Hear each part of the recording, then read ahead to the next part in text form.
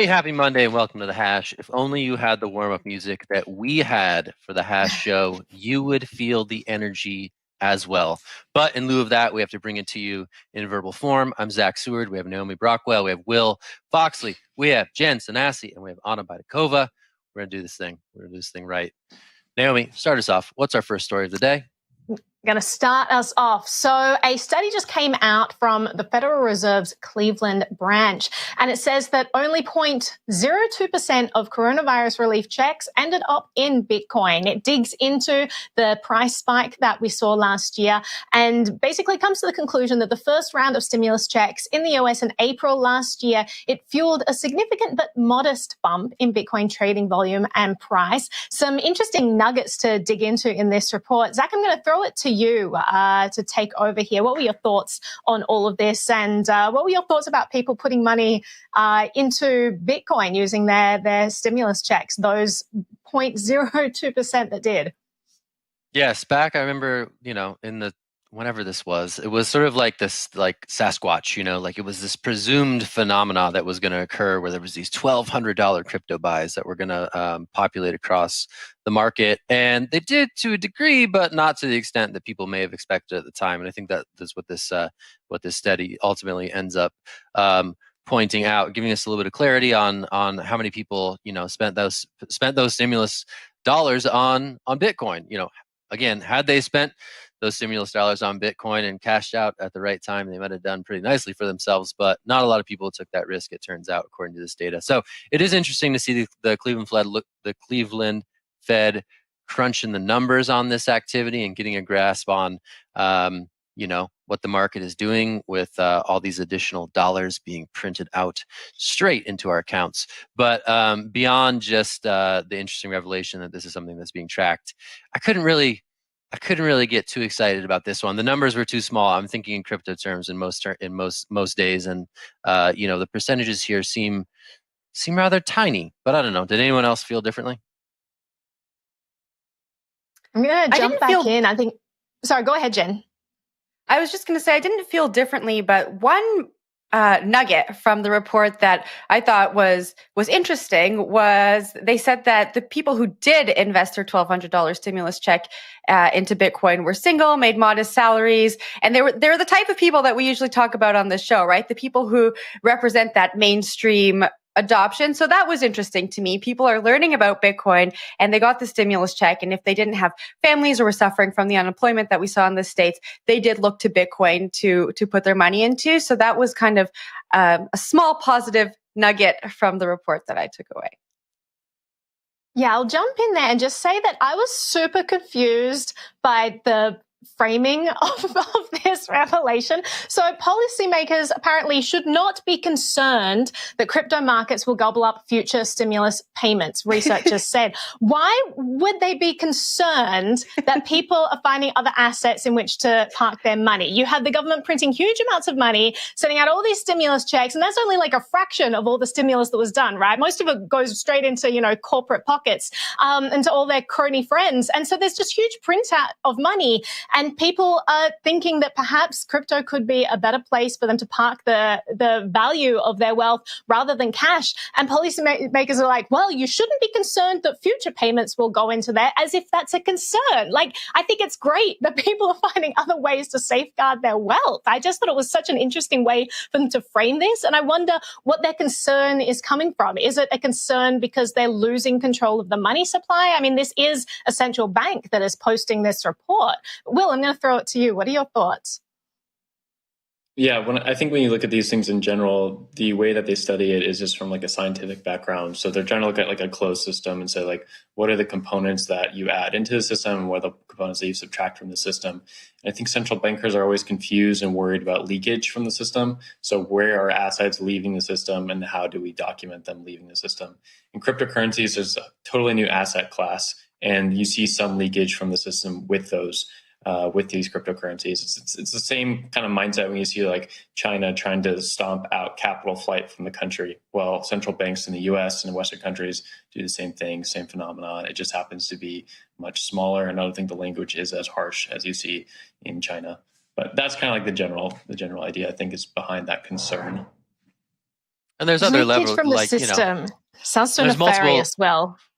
multiple levers are being pulled here too, Sorry, right? I'll stop. So there's ahead, Jack. it's not like, oh, that central bank and those either evil control over everything. There's like spending was probably the goal of a lot of this stimulus, right? You had a lot of small and medium-sized businesses that were really hurt by COVID lockdowns. And so if one of the levers that you're trying to pull is get money to businesses across the economy, here's money that I'm giving to individuals to go spend, I could imagine that concern would be, hey, if they just took this check and put it in savings, put it in Bitcoin, put it in gold, bet the stock market, got some meme stocks, that may serve like the individual wealth lever, but it will definitely not serve the how do you keep small and medium-sized businesses afloat in a really trying pandemic lever. So I would imagine that some of that concern might be situated there, but I'm not sure. I mean, there's just such a glaring factor of individuals, the people who are running these businesses, right, and who may be wanting to safeguard their wealth. So I just feel like there's this big disconnect when they're looking at these as these disjunct fields when everything is so interrelated. I think they need to realize that inflating the money supply and just saying, yeah, we're just going to redistribute this and send it out and businesses will do great. And what ends up happening is it's those small businesses that end up doing worse off because all the savings that they have for their business are being inflated away as a result of this. And it's something that we should hear them talk about more often. But let's change track here. Let's talk about all the ransomware going on. Anna, what have we got there? So this next story is actually about ransomware as an industry, an emerging new industry of this brave new world we're now living in, where hackers routinely attack companies, encrypt their files, and asking for pay ransom so these files can be decrypted and usable again. So imagine you're running a company and one day you open you turn on your computer just to realize that all the data you have been encrypted and you can't really operate if you don't pay some, couple $1 million to the unknown attackers for them to decrypt your files back again so you can have them. So the blockchain analytics firm Elliptic today published this fascinating blog post basically describing the communication between the ransomware attackers and their victims. And the attackers are nobody else but the infamous Rival Group, presumably the same group that attacked 200 American companies on the Independence Day, the same group that before that attacked the big Latin American meat-producing company. And these guys reportedly got some tens of millions of dollars of ransom recently.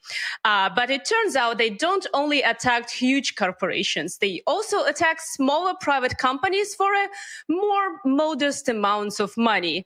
Like this company that Elliptic is describing communicating with the hackers was only asked to pay $50,000 to have their files back decrypted. And there is this process of communicating with the hackers. And it's funny that this hacker group is basically providing the customer service that you rarely see from a crypto exchange. Like the victim was able to negotiate a really steep discount. They finally settled on paying 25 grand instead of 50. They agreed to pay in Bitcoin instead of Monero because Bitcoin was harder for the Bitcoin was easier for them to buy, as they told attackers. And they also asked the hackers to prove that they can actually provide the service they were offering to decrypt a couple of files so they can, you're the real deal. So I think this is actually fascinating because, ransomware is a serious business now. These companies have like customer support operators. They have like big clients and small clients they deal with. They have like the system of discounts. And the companies, in turn, have to hire these ransomware negotiators. Like there is a new emerging profession of people who would negotiate with the hackers on your behalf. Like you've been attacked, you have no idea what to do. But there is this professional guy who will talk to the hackers and he would tell them, guys, we respect you, we want to pay you, we appreciate your work, but can you give us a discount? Maybe not today, maybe in a week, and negotiate the. And it's just fascinating that it's a new business. It's the new business industry now, and some cybersecurity and crypto experts will probably get a cushy job in this new industry. I love the jab there, Anna, where you're like, this is better support than most exchanges. You're not wrong. I think that this kind of comes back to maybe some tips that we can give to viewers, because ransomware is serious. Like, this is like, we're laughing because this kind of like, I don't know, it seems kind of comical that we've had this developed industry. But like, you do not want your systems to be encrypted. You do not want this ransomware to target you or anything. I mean, if you're using a Mac product, you can automatically back up everything using Time Machine. If you do not have that set up, you need to absolutely get that set up, because if someone says, pay me 50 grand, or everything on your computer, all your work is locked. If you have a backup that was backed up last night, then you don't have to. You're fine. I think that people really need to be starting to look at this, especially as we see these industries start to get bigger and more developed and more sophisticated. People really need to be looking out for themselves. And if you talk to any cybersecurity expert, one of the top tips that they will give you is back up everything. Make sure that you have a separate backup in case this stuff happens, because it is more prevalent. And don't reuse passwords, and don't click fishy links. But I think it's funny, because some of these companies were attacked because they used very simple basic passwords, or they didn't have a backup, or their backup was like always connected to the main server. So they basically neglected the cybersecurity recommendation that they should have been followed. So yeah, for sure. I think as much as we say, don't use the same passwords, make sure that you have enough cybersecurity for your company. People are not going to listen. People still use the same passwords over and over again. It's just easy for them. I think thinking about cybersecurity and thinking about these ransomware attacks is overwhelming. And this is an interesting wake-up call that the industry has developed so quickly. While I was reading this, I just thought, like, whatever happened to we don't negotiate with terrorists? Now we're negotiating 20% discounts. We're having a great customer service experience with them. I don't know. It's really interesting. I'm really interested to see what happens next, and if the government does step in, what they're going to do. Yeah. So one other tip, and you're absolutely right, Jen. Everyone reuses password. I even watched this terrible YouTuber the other day talking about setting up a new MacBook, and she's like, typing in things on screen, and it's like, oh, it says my password's too weak. I generally just add an exclamation mark to that, and it does the trick. No. As if like a password error is something to be sideswiped. I was like, who is this person? Never watched this channel. But just one tip before we go to the break: if you get a password manager this year, it may be the best thing you've ever done for your security. You do not make your own passwords. They're automatically generated. They're super long. They're super difficult. And it's all stored in something where you have like a super, super long, difficult passphrase that backs all of that up. So it's one of the best things you can do for your security, because you can't be expected to remember 100 different passwords. And a password manager is a great tool that, again, cybersecurity experts generally recommend people get on. So start exploring that, people. I think that it will definitely serve you. But Zack, what's coming up after the break?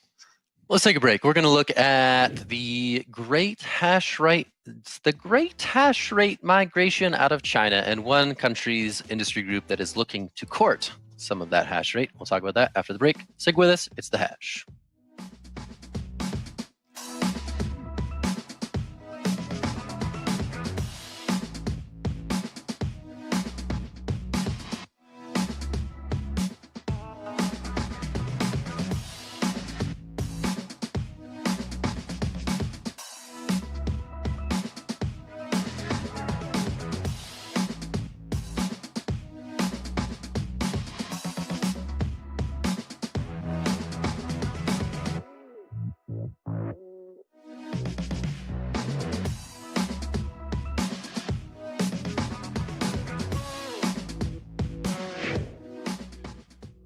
Hello and welcome back to the Hash.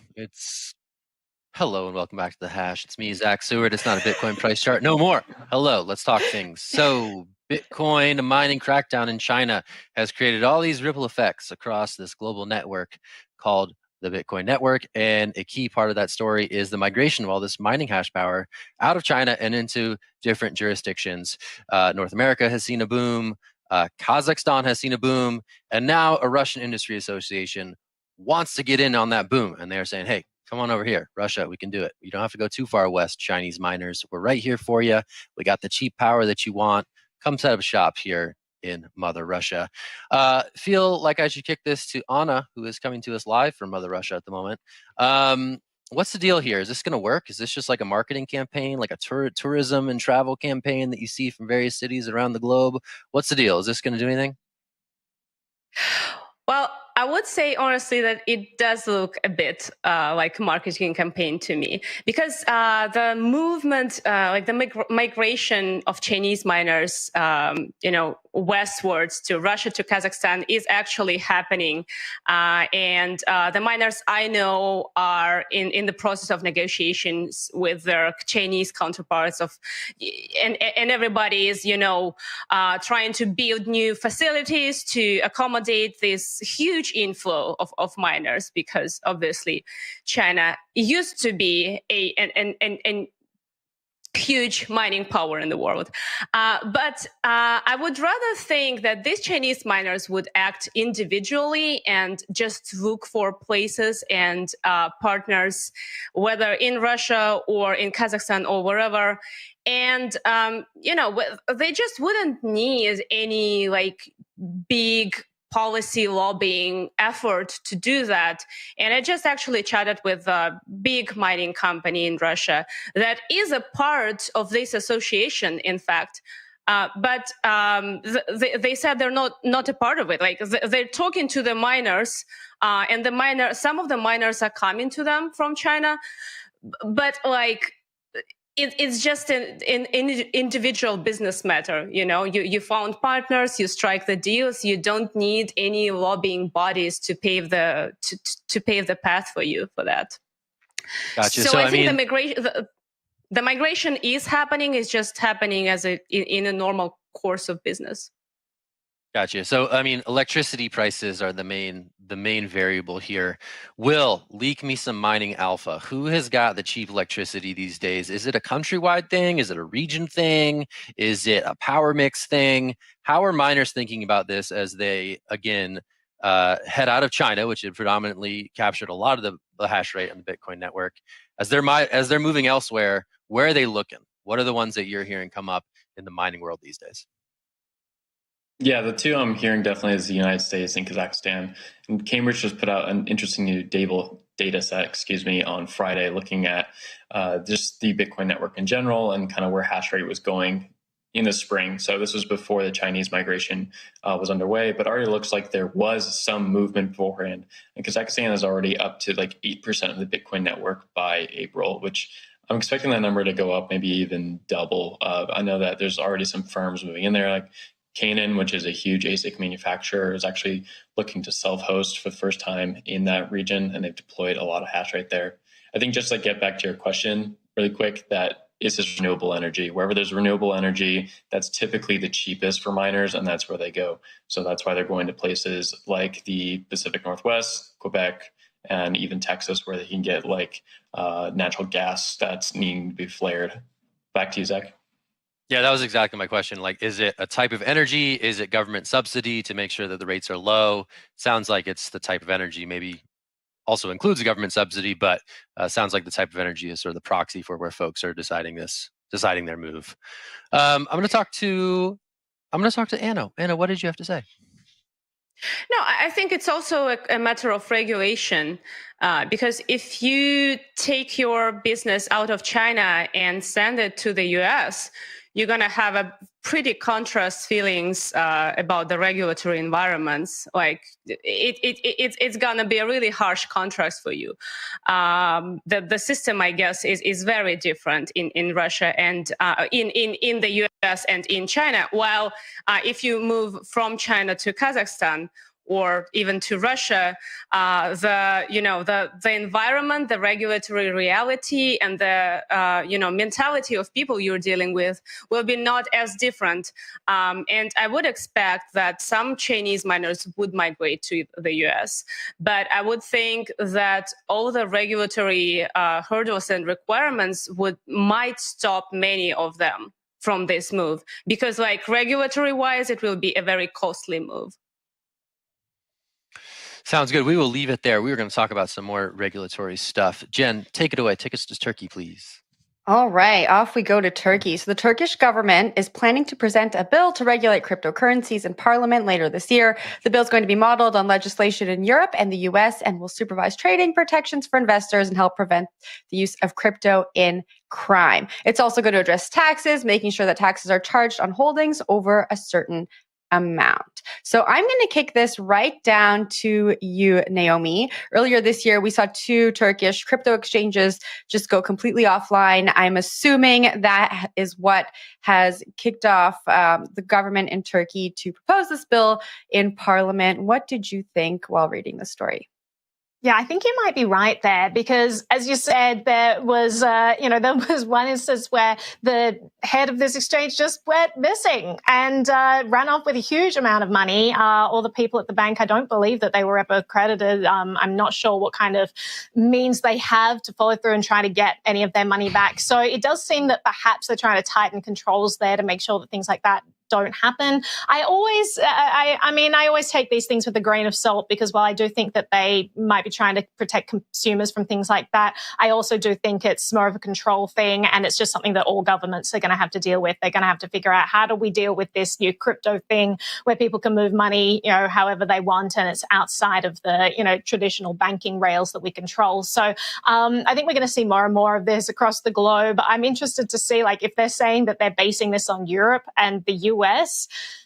That was what was interesting to me too. So they're going to have really vague laws there too. Okay, maybe you could have based it on something a little better. If they said based on Wyoming, where you have very clear guidelines and we know the direction we're going in and businesses know how to operate legally and all of this, I would have been okay, that sounds great. Or if they were we're basing it on China and everything's illegal and we're shutting it all down. But when they mention Europe and the US, I just don't understand what that even means because things are so undecided in both those areas.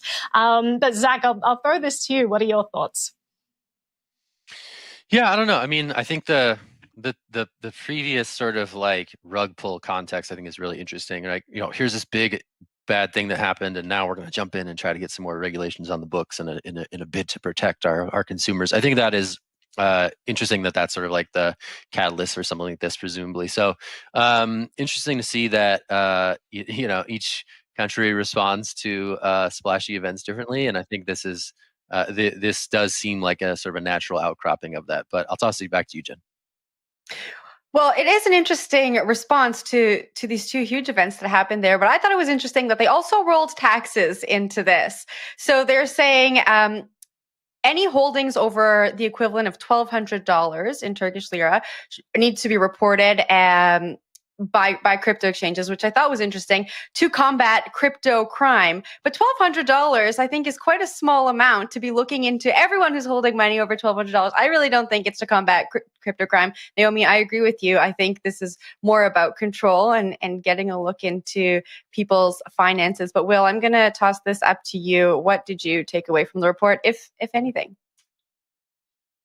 I think this year we've only seen more regulatory pressure across the board. Whether it's on the exchange front with Binance, the Bitcoin mining crackdown in China. I think just echoing Naomi's point, we're not going to see less of this. We're going to see more of this. Crypto has more or less gone mainstream, or at least it's in the attention span of most regulators out there nowadays. They don't see it as just another phenomenon or bubble. It's something that's here to stay, and I think we're just going to see more frameworks going forward. Some of them are going to be very stringent, this one looks pretty stringent, but others may be a little bit more flexible, and that's where you'll see businesses kind of shift towards, and be interesting to see how consumers choose to use those businesses afterwards. Yeah, I would say it would be surprising not to see countries introduce regulations for crypto. It would be really surprising to see, oh, look at this country, like everybody else passed some crypto bill and they still haven't. What are they thinking? This is the regulatory reality now. Everybody's doing that. I'm waiting for one that actually works, and then other countries can model their regulations off of that one. I don't know who's going to do that, but it's going to be a great day when that happens. Yeah, it's going to be a great day when the government looks at what works and tries to emulate it. I look forward to that day as well. Will, let's start to you. You can't just put Naomi on the T-ball right there. That's not fair, John. Can't do that. Okay, let's talk about stablecoins. So, Yale economist Gary Gorton and U.S. Federal Reserve Attorney Jeffrey Zhang issued a paper last weekend, and I don't believe it's quite public yet, but it's forthcoming, like the review stage, about stablecoins, and they compared them to the 19th century's wildcat banking era. That banking era specifically was a time in the U.S. where there was a lot of people moving west of Mississippi into other parts of the U.S. There wasn't a lot of infrastructure or financial build out yet. And so banks themselves started issuing their own currency. Sometimes these currencies were protected and backed by assets like gold. Sometimes they were just promissory notes, and the whole bank shut up, left town, and people were left high and dry. And so it's kind of left like this mythical ethos within the United States and elsewhere that banking cannot be privatized because it's bad and people will take and abuse you, and that we need the government to protect the little guy.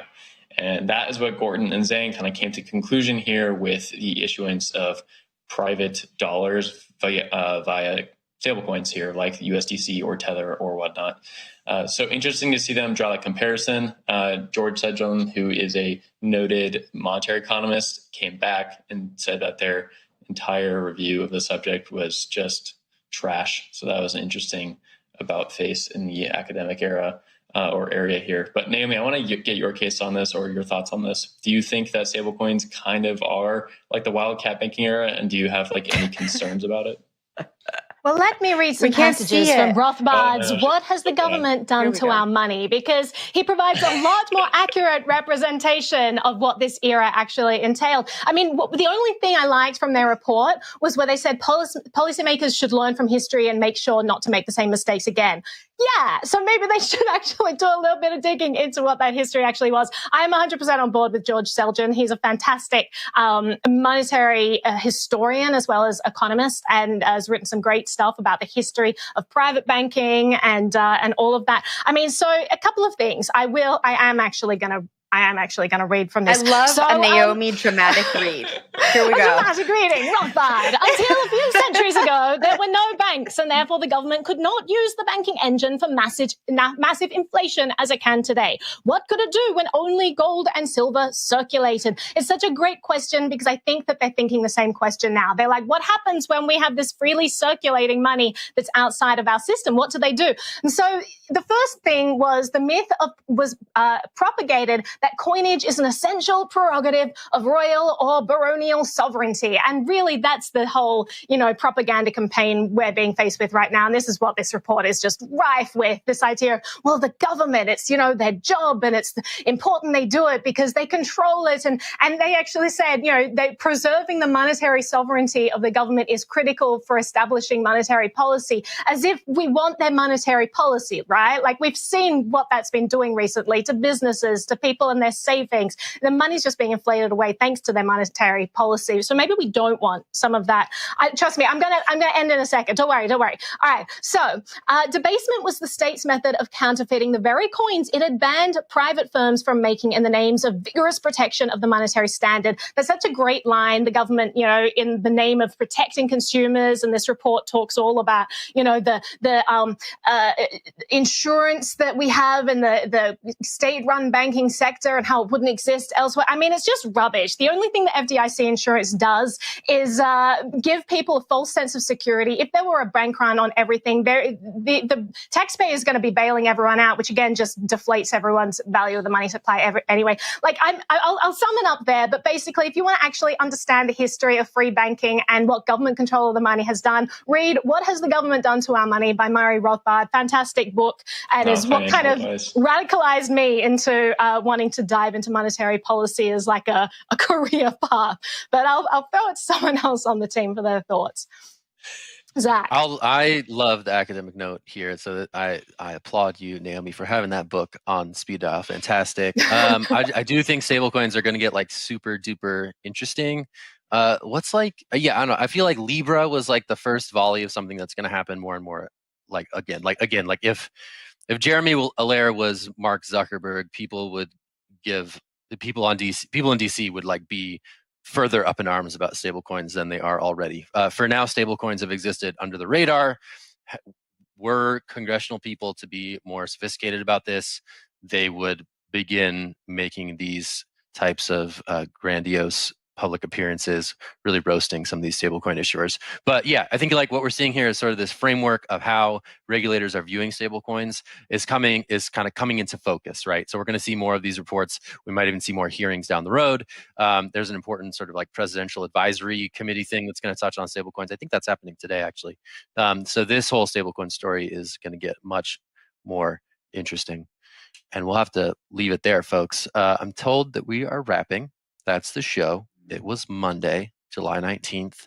The Hash will be back tomorrow, and we'll talk about more from the world of cryptocurrency. I'm Zach. That's Naomi. That's Anna. That's Jen. That's Will. Whole squad's here. We'll be back tomorrow, and we hope you have a good Monday. Thanks so much. Stick with us. We'll talk to you soon. Bye. Bye.